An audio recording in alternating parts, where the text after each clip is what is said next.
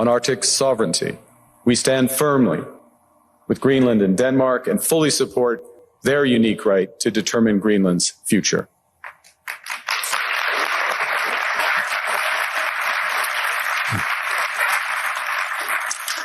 Our commitment to NATO's Article 5 is unwavering. So we're working with our NATO allies, including the Nordic-Baltic 8, to further secure the alliance's northern and western flanks, including through Canada's unprecedented investments in over-the-horizon radar, in submarines, in aircraft, and boots on the ground, boots on the ice. Canada strongly opposes tariffs over Greenland and calls for focused talks to achieve our shared objectives of security and prosperity in the Arctic. On plurilateral trade, we're championing efforts to build a bridge between the Trans-Pacific Partnership and the European Union, which would create a new trading bloc of 1.5 billion people. The silence from our northern border has officially been shattered, and what has replaced it is not the polite diplomatic whisper we have come to expect from our closest ally. It is the sound of a weapon cocking. It is the sound of a bridge burning. For decades, Americans have slept soundly under a security blanket woven from the assumption that Canada is just our friendly, snow-covered attic, a passive partner that will always be there, smiling, compliant, and quiet. That assumption died today in Davos, Switzerland. Prime Minister Mark Carney did not just deliver a speech, he delivered an indictment. He stood on the world stage, looked the American military-industrial complex in the eye, and effectively declared that the United States, under the grip of Donald Trump's isolationist extremism, is no longer a partner. We are now a predator, and Canada is preparing its defenses. This is not hyperbole. This is a forensic dismantling of the post-World War II order. When the Prime Minister of Canada stands up and explicitly aligns his nation's military posture with Greenland and Denmark against American threats, we are witnessing a tectonic rupture in the bedrock of Western civilization. You need to understand the gravity of this moment. We are not talking about a trade dispute over dairy or lumber. We are talking about Canada invoking the language of war, the language of Article 5, and the language of existential survival to describe its relationship with the United States of America. The ice in the Arctic is melting, but the diplomatic freeze between Washington and Ottawa has just set in, and it looks permanent. Let's strip away the noise and look at the raw data of what actually happened in that room. The World Economic Forum is usually a place for platitudes, for billionaires to pat themselves on the back while drinking champagne. But Carney turned it into a crime scene investigation. He laid out the corpse of the rules-based international order, pointed a finger directly at Donald Trump, and identified the cause of death: American betrayal. He didn't use soft language. He didn't hide behind diplomatic euphemisms. He called the United States a predator state. Do you understand how terrifying that terminology is coming from a NATO ally? A predator state is not a democracy you disagree with. It is a rogue entity you defend against. The psychological pivot here is devastating. For the last 80 years, the global operating system has been based on a single unifying lie: that American hegemony is benevolent. That even if we are loud and brash, ultimately, we provide the security, the open sea lanes, and the financial stability that allow the rest of the world to prosper. Carney just went on stage and tore that sign down. He used a brilliant, searing metaphor from the Czech dissident Václav Havel to describe what the world has been doing with America. He talked about the green grocer, a shopkeeper who puts a sign in his window saying, "Workers of the world unite," not because he believes it, but because he wants to avoid trouble. He does it to signal compliance to a corrupt system. Carney looked the world in the eye and said, "We are taking the sign out of the window." That is the moment the music stopped. Canada is done pretending. They are done pretending that Trump's America is a rational actor. They are done pretending that the treaties we signed are worth the paper they are written on. They are admitting, out loud, that the American system is now a system of coercion, not cooperation. The Prime Minister detailed how the United States has begun weaponizing economic integration, using tariffs as a bludgeon, financial infrastructure as a chokehold, and supply chains as handcuffs. He said, and I quote, "You cannot live within the lie of mutual benefit through integration when integration becomes the source of your subordination." That is a declaration of independence. That is Canada saying, "We will not be your vassal state." And the forensic implications of this stance are catastrophic for our national security. Look at what he said about the Arctic. This is the part that should send a chill down the spine of every Pentagon strategist and every State Department official who still cares about the Constitution. Carney explicitly stated that Canada stands with Greenland and Denmark. He invoked NATO's Article 5, the all-for-one, one-for-all mutual defense clause, in the context of protecting Arctic sovereignty from Davos. Let's pause and let the absurdity of that sink in. NATO was created to protect the West from the Soviet Union. It was created to protect democracy from totalitarianism. Now we have our neighbor to the north implying that NATO's collective defense mechanisms might be needed to shield sovereign nations from the United States. He is flipping the alliance on its head. He is positioning the United States not as the shield, but as the sword that needs to be parried. When he talks about boots on the ice, about unprecedented investments in submarines and over-the-horizon radar, he isn't just talking about deterring Russia or China. He is signaling to Washington that the Arctic is not ours to take. This is the direct consequence of a foreign policy built on transactional malice. When you treat your allies like enemies, eventually they start preparing for war. And that is exactly what Carney is describing, a world of fortresses. He warned that if great powers like the United States abandon values for the unhindered pursuit of power, allies will diversify to hedge against uncertainty. In finance, you buy a hedge to protect yourself against a crash. Canada is shorting the United States. They are betting against our stability. They are building a portfolio of alliances with the EU, with the Pacific nations, even engaging strategically with rivals, specifically to insulate themselves from the chaos of American collapse. We have to analyze the variable geometry concept he introduced. This is the new architecture of the world without America. Instead of one big table where the US sits at the head, Carney is describing a web of smaller, tighter coalitions that exclude the toxic element. He talks about building bridges between the Trans-Pacific Partnership and the European Union to create a trading bloc of 1.5 billion people. Notice who is missing from that math? We are. We are being fenced out of the future global economy, not by our enemies, but by our friends who are tired of being abused. They are building a firewall, and we are on the outside. This is the forensic evidence of what we have warned about for years. The erosion of soft power eventually leads to the collapse of hard power. You cannot maintain a global empire solely on the threat of tariffs and insults. Carney pointed out that while the hegemon, that's us, can bully nations bilaterally, we cannot bully the entire world if they unite against us.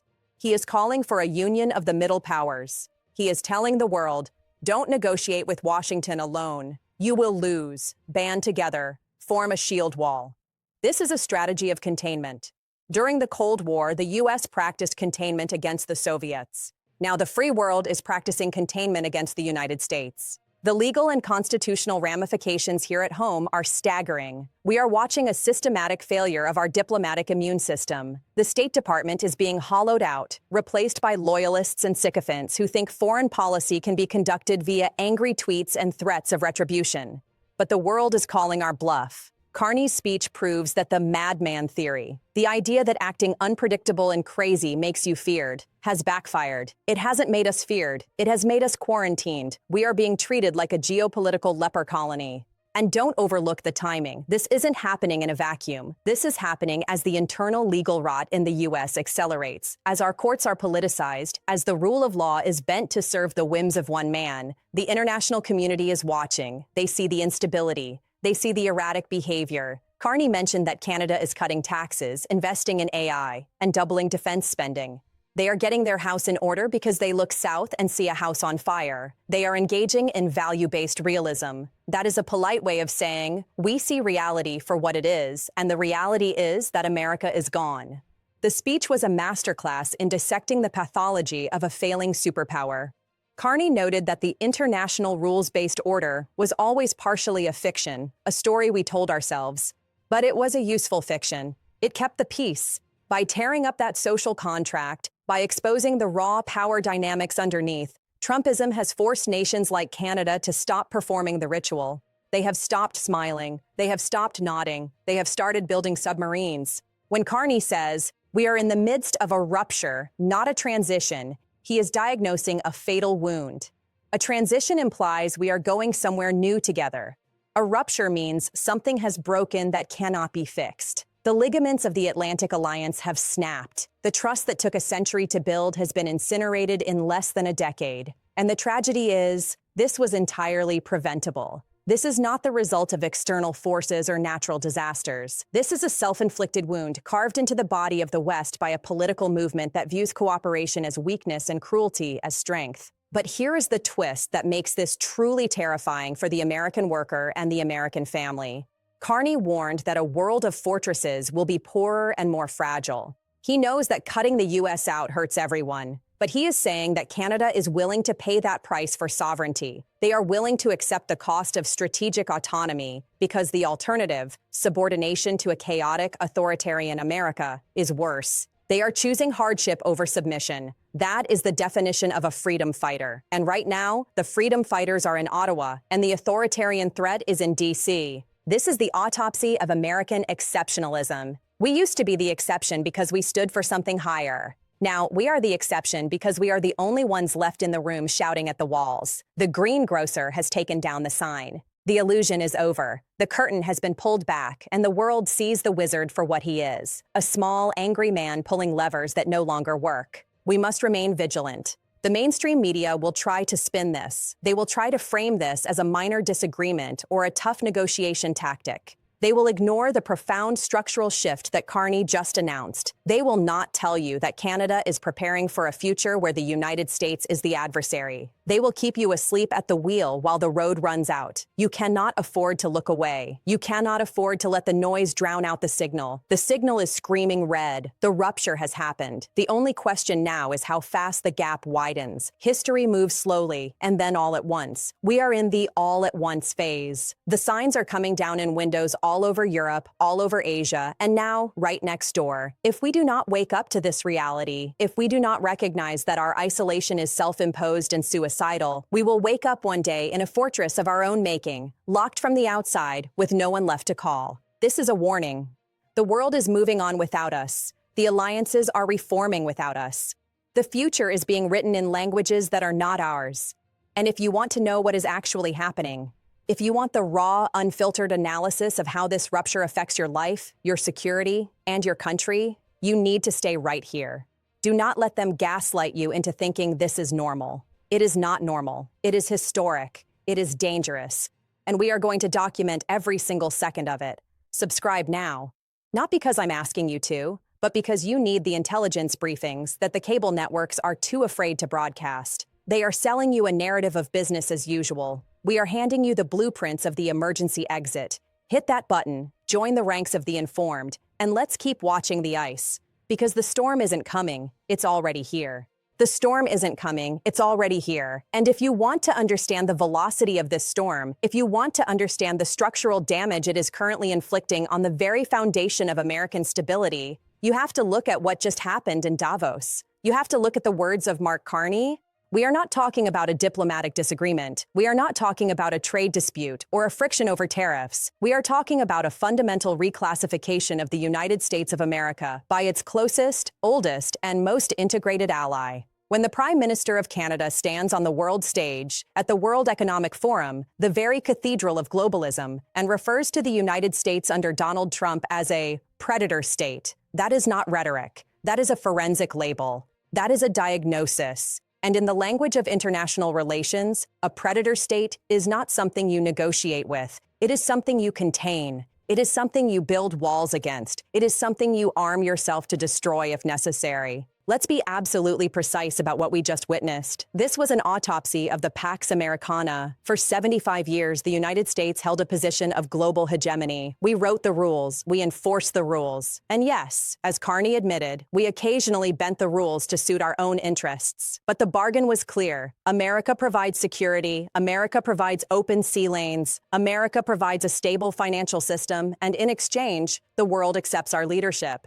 It was a trade-off. We got influence. They got safety. Donald Trump has taken a sledgehammer to that bargain, and the speech we just analyzed is the sound of the world walking away from the rubble. Carney didn't just criticize Trump, he dismantled the entire fiction that we can return to normal. He used a phrase that should send a chill down the spine of every single person working in the State Department, every general in the Pentagon, and every CEO on Wall Street. He called this moment a rupture, not a transition, a rupture. A transition implies we are moving from point A to point B.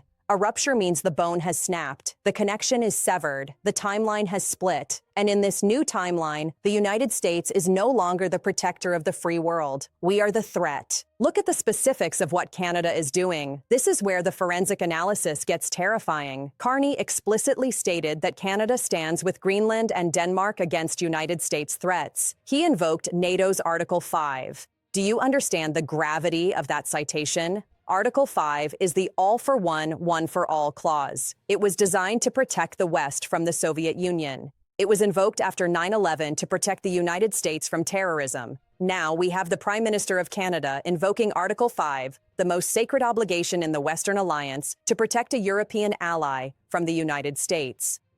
He is effectively stating that if Donald Trump moves on Greenland, if the United States attempts to violate the sovereignty of Denmark, Canada is prepared to treat the United States as a hostile combatant. This is the death of diplomacy. This is the end of the special relationship. When your neighbor starts buying submarines, over-the-horizon radar, and F-35s, and tells you explicitly that they are doing it to secure their northern flank against you, you are no longer allies. You are potential belligerents. Carney mentioned boots on the ice. He talked about unprecedented investments in military hardware. These are not investments to fight Russia. These are not investments to fight China. These are investments to establish strategic autonomy from a United States that has gone rogue.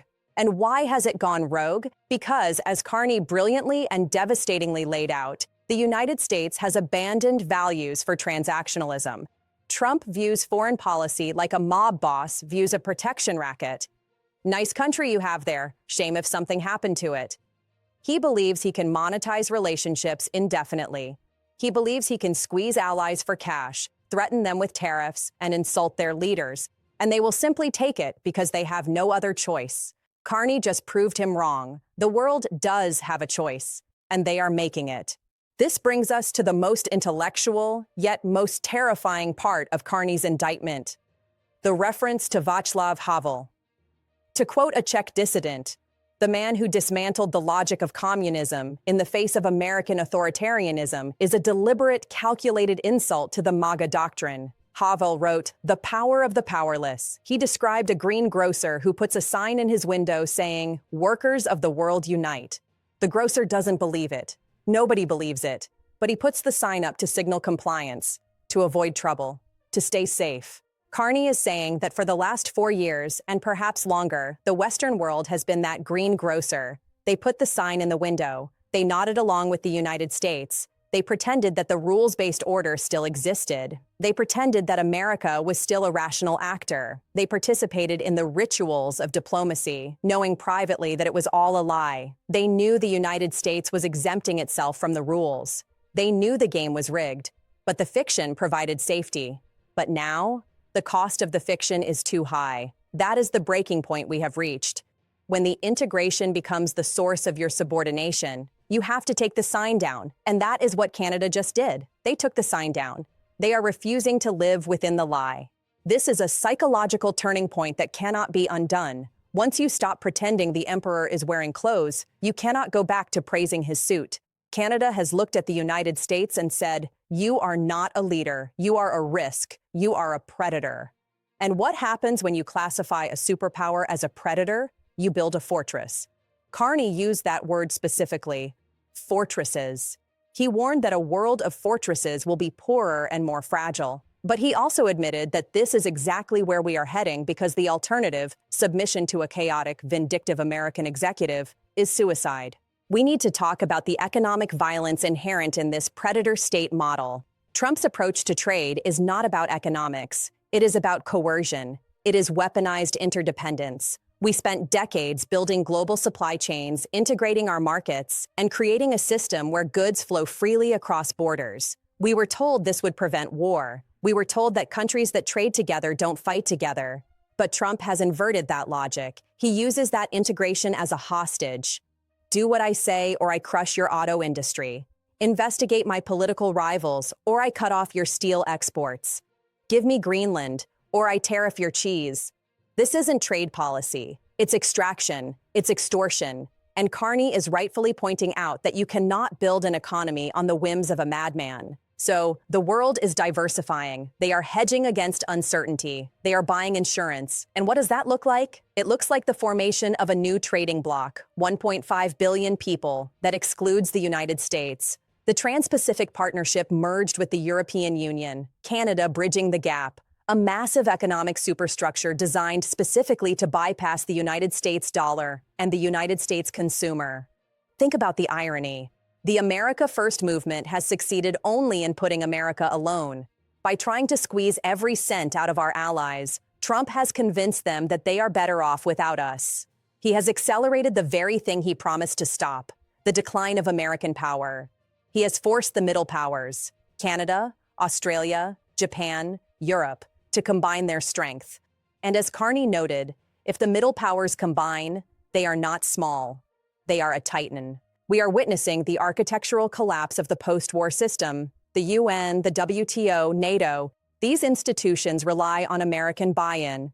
If America is actively sabotaging them, they don't just vanish, they mutate. They become clubs for everyone except America. Carney talked about variable geometry, coalitions of the willing. He talked about buyers' clubs for critical minerals anchored in the G7, explicitly designed to secure supply chains without relying on the erratic behavior of a predator state. This is a blueprint for a post-American world, and it is being drawn up by our neighbors. You have to understand the legal and constitutional implications of this diplomatic death spiral. The President of the United States has a constitutional duty to uphold treaties. Treaties under the Constitution are the supreme law of the land. When Donald Trump threatens to abandon NATO obligations or threatens the territorial integrity of a sovereign nation like Denmark, he is not just being a bully, he is arguably violating his oath of office. He is dismantling the legal framework that provides for the common defense. But in the absence of a domestic check on his power, with a Congress that is complicit and a judiciary that is packed, the check on his power is coming from the outside. It is coming from Mark Carney. It is coming from the realization that the United States has become a rogue element in the global system. This is not a political debate about conservative versus liberal foreign policy. This is about stability versus chaos. This is about law versus whim. We are watching the foreclosure of the American century, not because we were conquered by enemies, but because we were sold out by a leader who views the presidency as a liquidation sale. The danger here cannot be overstated. When allies start preparing for war against you, the risk of accidental conflict skyrockets. When you tear up the rules of the road, crashes become inevitable. We are entering a period of extreme geopolitical volatility. The rules-based order is gone. We are back to the law of the jungle. And in the jungle, even the biggest predator can be taken down if the rest of the pack decides he is too dangerous to live. Carney's speech was a declaration of independence from American insanity. He rejected the ranting and raving of a lunatic. He rejected the performance of sovereignty while accepting subordination. He staked out a claim for a value-based realism. Value-based realism. That is the new doctrine of the free world. It means they will deal with reality as it is, a dangerous, fragmented world. But they will not abandon their principles just because the United States has abandoned ours. They will not become monsters to fight the monster. They will simply lock the monster out. And that is the tragedy. We are the ones being locked out. We are the ones inside the fortress, but the locks are on the outside. We are isolated. We are distrusted. We are viewed as a liability. The rupture Carney spoke of is now the defining feature of our time. The ice has cracked. The gap is widening. And as we drift further away from the community of nations, as we drift further into the dark waters of authoritarian isolationism, we have to ask ourselves, who is left to call? When the next crisis hits, when the next pandemic spreads, when the next financial crash tears through the markets, who picks up the phone? Nobody. Because the predator has no friends. The predator has only prey and enemies. And right now, the world is deciding that it refuses to be prey. This is the forensic reality of the death of diplomacy. It is not a sudden heart attack. It is necrotic tissue spreading limb to limb. The speech in Davos was the amputation. Canada just cut us loose. And if you think they are the only ones, you haven't been paying attention to what's happening in Berlin, in Paris, in Tokyo, and in Canberra. The signs are coming down everywhere. The truth is being spoken. The lie is over. And for those of us trapped inside the predator state, for those of us who still believe in the values that Carney articulated, democracy, rule of law, human rights, integrity, the question is, What do we do now? Do we continue to live within the lie? Do we continue to pretend this is normal? Or do we take a page from Václav Havel's book and refuse to participate in the rituals of our own destruction? The world is moving on. The blueprint for the emergency exit has been drafted in Ottawa and Davos. The question is whether we have the courage to read it. History is watching, the allies are watching, and the ice is thinning beneath our feet. This is why we do this. This is why we analyze every word, every shift, every signal, because the mainstream media will show you a 10-second clip and call it a spat. We show you the full autopsy and call it what it is, a collapse. You need to understand the magnitude of this isolation. You need to understand that when the world builds a new order without us, we don't just lose influence, we lose our future, we lose our prosperity, we lose our safety. This isn't just about foreign policy, it's about your wallet, your security, your children's future in a world that no longer trusts the passport they carry. We are going to keep tracking this rupture. We are going to keep exposing the predator state. We are going to keep telling you the truth that the cable giants are too terrified to utter. Join us. Subscribe now, not to boost a number, but to join a community that refuses to live within the lie. They want you isolated, ignorant, and asleep. We are building the coalition of the awake. Click that button, stand with the truth, and let's face this storm together, because we are the only ones who can weather it. We are taking the sign out of the window. We refuse to participate in the silent rituals of this predator state's collapse.